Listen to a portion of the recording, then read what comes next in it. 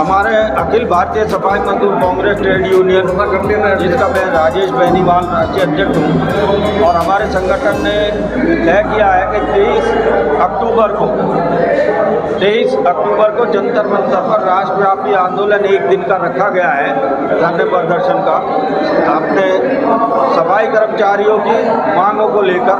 और सर्वप्रथम इसमें वर्गीकरण का जो मामला है, वर्गीकरण के विषय को लेकर रखा गया है और माननीय प्रधानमंत्री जी से निवेदन किया गया है कि वो सभी राज्यों में लागू करवाने के लिए आदेशित करें राज्य ठेकेदारों को। साथ ही हमने ठेकेदारी प्रथा को इसमें मांग रखी है कि ठेकेदारी प्रथा को, सफाई के काम को ठेकेदारी प्रथा से अलग रखा जाए और जब तक वाल्मीकि समाज और सफाई कर्मचारियों का पूर्णतः विकास नहीं हो जाता तब तक इसमें ठेकेदारी प्रथा सफाई के काम में लागू ना की जाए। 15 साल से केंद्र में बीजेपी की सरकार है,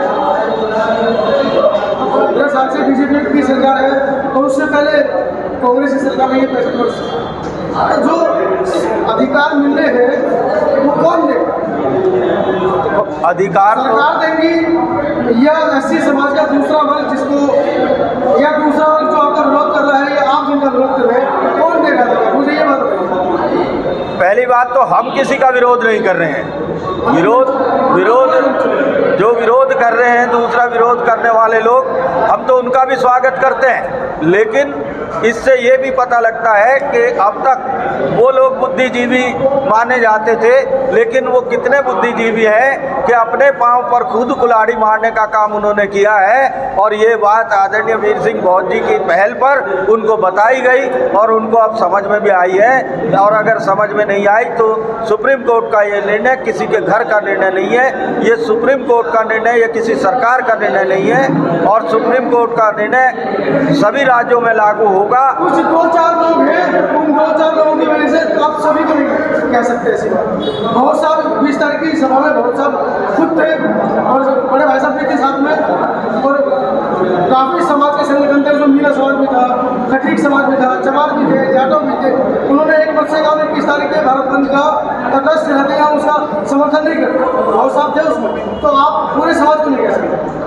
नहीं, आपने बहुत अच्छी बात कही। हम पूरे समाज की बात नहीं कर रहे, हम उनकी बात कर रहे हैं जिन्होंने 1 अगस्त के फैसले के बाद जो ट्रोल किया। हम उन बुद्धिजीवियों की बात कर रहे हैं जो प्रोफेसर, वकील सभी लोग आकर इस तरह से उन्होंने किया, जबकि उन्हें भूमिका निभानी थी कि इस पूरे समाज के साथ बैठकर चर्चा करके आगे बढ़ना चाहिए था। उन्होंने कहीं ना कहीं समाज को गुमराह करने का काम किया और बहुजन समाज की ताकत को तोड़ने का काम किया। लेकिन आदरणीय वीर सिंह बहुत जी ने इस खतरे को भांपा और उन्होंने मध्यस्थता करते हुए जो आप बैठक बता रहे हैं उस बैठक का आयोजन कराया और दिल्ली में उस बंद का कोई असर भी नहीं हुआ और उस पर अभी पहल चल रही है। हम उनका स्वागत करते हैं कि वो बैठकर बात करें कि इस निर्णय में उनका क्या नुकसान है। अगर उनका कोई नुकसान होगा तो वाल्मीकि समाज फिर भी उनके साथ खड़ा हो जाएगा, लेकिन ये तो बताए कि नुकसान क्या है। बहुत साहब आप सरकारी कर्मचारी रहे हैं और सारे सरकारी कर्मचारी यहाँ बैठे हैं, वर्गीकरण के बड़े पैमाने पे आंदोलन हो रहे हैं। जब आपके पास में सरकारी नौकरियां ही बचेंगी तो कोटे में से कोटा किससे लेंगे आप? नहीं, ये एक बड़ा आप अजीबो गरीब आपका प्रश्न है। ये प्रश्न ही गलत है। क्यों गलत है? क्या मुझे बताइए कि कब से नौकरियां नहीं मिल रही? आपकी जानकारी में है? नौकरियां कब से ख़त्म हुई, ज़रा बताइए। आप कह रहे हो कि नौकरियां नहीं रहेंगी, नौकरियां ख़त्म हो रही हैं, तो ये तो बताइए कब से नौकरियां ख़त्म हो रही हैं? क्या हर साल यूपीएससी, एसएससी सबके एग्ज़ाम नहीं होते हैं क्या? क्या भर्तियां नहीं होती हैं क्या? क्या पार्लियामेंट में सरकार ने डाटा नहीं दिया है क्या कि हमने इतने इस साल भर्ती किए हैं? वो डाटा कहाँ है? फिर लड़के क्यों तैयारी कर रहे हैं अगर भर्तियां नहीं होती तो? अरे भर्तियां होती हैं, हर स्टेट में पुलिस की भर्ती होती है, हर स्टेट में टीचरों की भर्ती हर साल होती है, हर स्टेट में मेडिकल लाइन वालों की भर्ती होती है, सब चीज़ों की भर्ती होती है। फिर किस आधार पे कह रहे हो कि नौकरियां खत्म है? क्या कोई ऐसा डाटा है इन सब भर्तियों में सिर्फ जाटव खा गए, चमार खा गए? नहीं, ये इशू नहीं है। जाटव खा गए, चमार खा गए, ये तो जब उन्होंने जो ऐसा प्रदर्शन किया है उसके बाद ही तो प्रतिक्रिया है। सर यूपीएससी के लिए किसने आपको मना करा, एसएससी के लिए किसने मना करा? ये कह रहे हैं कि जाटव समाज क्या कह रहे हैं, मैं ये कह रहा हूँ जो यूपीएससी में भर्ती हुई है, पुलिस में भर्ती हुई है, ये जितनी भी भर्ती आपने बताई है कि सरकारी भर्ती निकाल रही है, क्या उसमें कोई ऐसा डाटा है कि सर्वाधिक एससी कैटेगरी में कोई विशेष समुदाय लेके? अभी आपने गुरनाम सिंह की रिपोर्ट नहीं देखी है?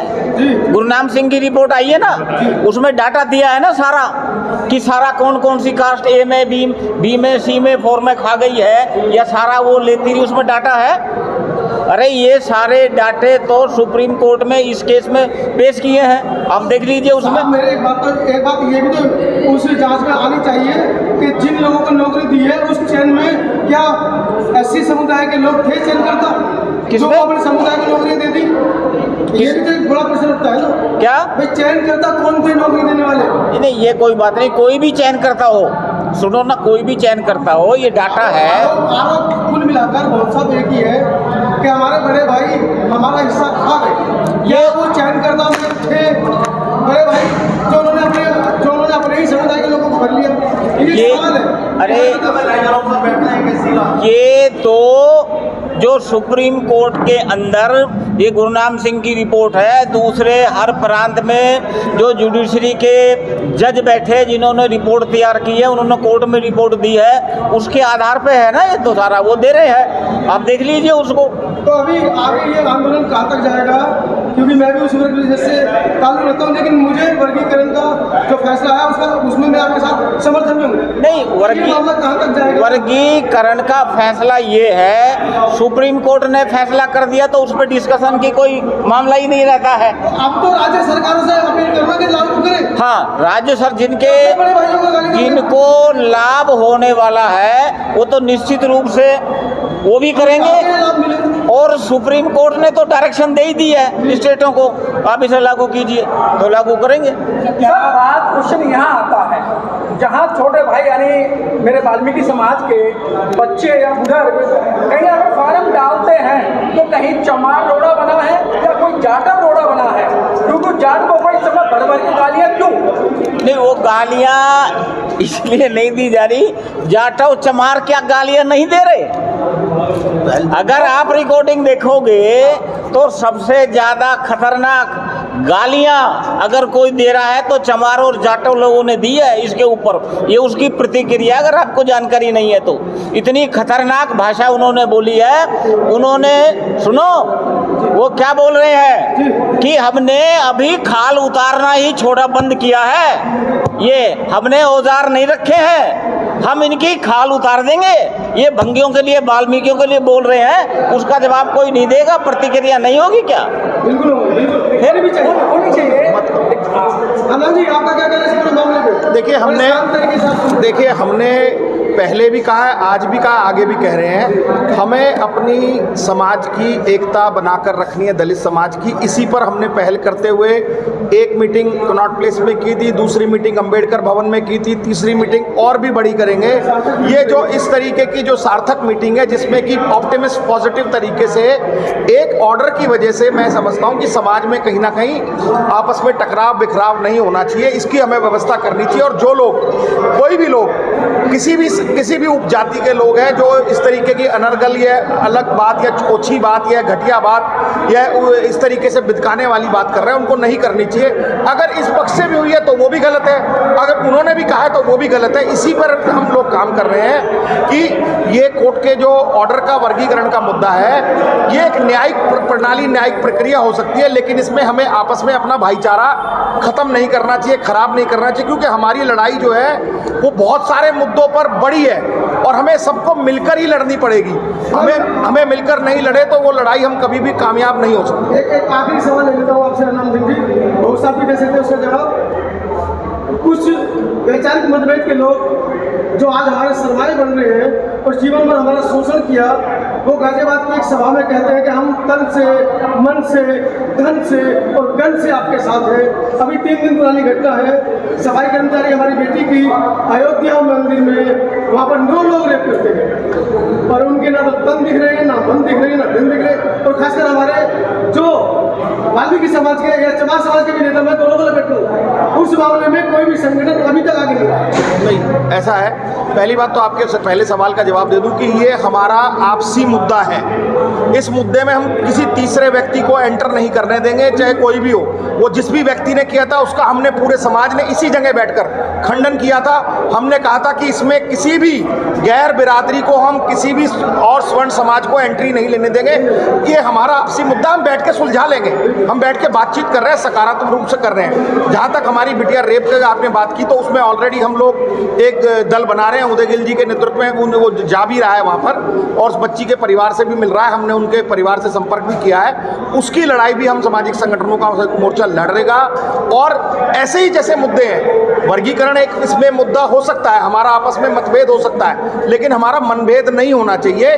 क्योंकि ऐसे जो दुराचार के मामले, अत्याचार के मामले, अनाचार के मामले हैं, कहीं मूंछ नहीं रखने दायरी जा रही, कहीं हमें रेप किया जा रहा है, कहीं पे हमें घोड़ी से उतारा जा रहा है, कहीं हमारे पे एट्रोसिटी हो रही है, वो सब हमें मिलके ही लड़ना पड़ेगा। ऐसे मामले में बुलडोजर बहुत चला है, क्या आप बुलडोजर चलेगा? 100% हम आपके माध्यम से बुलडोजर बाबा योगी आदित्यनाथ जी को कहना चाहते हैं कि जो लोग इस कुकृत्य में शामिल हैं, उनके घरों पर इमीडिएट बुलडोजर चलना चाहिए। ये पूरे दलित समाज की डिमांड है। क्या ये पूरा मंच सभी तमाम को बैठे हैं कि स्वीकार कर रहा है कि आज से बसपा और आजाद समाज पार्टी का विरोध कर रहे हैं? देखिए, इसमें बसपा और आजाद समाज पार्टी की, देखिए बसपा और आजाद समाज पार्टी की बात नहीं है। बात यह है कि जो इस वक्त एक विपदा का समय आया, या मैं कहूं कि एक आपसी मनमुटाव का समय आया, उस वक्त जो ये लीडरान थे, इनको इसमें पहल करनी चाहिए थी कि आपसी भाईचारे को बना के रखते।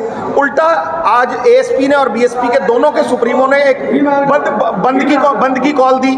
उसके बाद उन्होंने एक प्रदर्शन की कॉल दी, ट्वीट के माध्यम से, मीडिया के माध्यम से उन्होंने इस तरीके की कॉल दी। जबकि उनका फर्ज ये होना चाहिए था कि जब इस तरीके की अगर कोई बात हुई है तो वो एक समझदार लीडर है, वो एक बड़े लीडर हैं। एक बहन मायावती जी उत्तर प्रदेश जैसे बड़े सूबे की मुख्यमंत्री रही हैं। एक अभी हमारा भाई जो है, वो छोटा भाई नवनियुक्त सांसद बने हैं। उनको इस तरीके का परिचय देना चाहिए था कि एक लार्जर परिवार है, उसको जोड़ने की बात करनी चाहिए थी, ना कि एक संकीर्ण सोच करके एक व्यक्तिगत एक उपजाति के समाज की वो लीडरी करें, उनकी बात रखें। ये उन्हें बड़े लीडर का परिचय देना चाहिए था। अनफॉर्चुनेटली उन्होंने नहीं दिया है, तो कुछ लोगों ने अपने भाव उस विषय में भी रखे हैं, तो ये उसी संदर्भ में हो सकता है। तो जो हमारे मीडिया के भाई हैं, ये फैलाने में ना विरोध, इनका बड़ा रोल रहा है। अगर ये दोनों मीडिया वाले जाति से ऊपर उठ के बात करते तो रिजल्ट इतना ख़राब नहीं होता।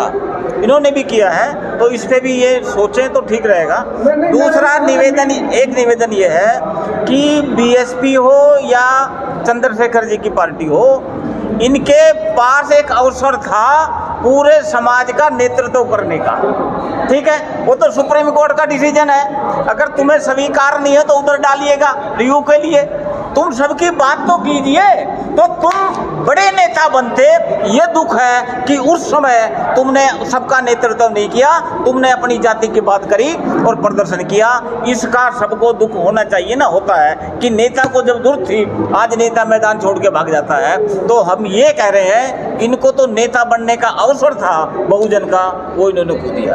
बहुजन समाज की जो मीडिया इस समय, वो भी मुझे लगता है कि दो टुकड़ों में बट गई है। कुछ हमारे जैसे पत्रकार हैं जो दोनों तरफ जा रहे हैं, चलो समझाने का काम करें, बटने दो। मीडिया के बारे में बताते भैया संभाल के वीडियो चलाओ, कुछ बढ़िया सी बात बताओ। देखिए, मीडिया का काम है निष्पक्ष होके जो भी सच्चाई है उसको आपको जनता तक पहुंचाना, उसको परोसना। आप दोनों पक्षों की बात रखिए, जनता को खुद निर्णय लेने दीजिए कि क्या सही है और क्या गलत है। भाई गोदी मीडिया क्यों बोला जाता है कि वो एक पक्ष की बात कर रहा था, इस पर ले लेते हैं। तो इधर तो एक पक्ष की बात ही हो रही थी ना। अभी तक दोनों पक्ष की बात करनी चाहिए थी। अरे जो उम्मीद लगाए बैठा है आरक्षण से या आपके पीछे चल रहा है, उसका कोई ख्याल नहीं रखेगा, उसके बारे में कोई नहीं बोलेगा। तो ये करना चाहिए ना।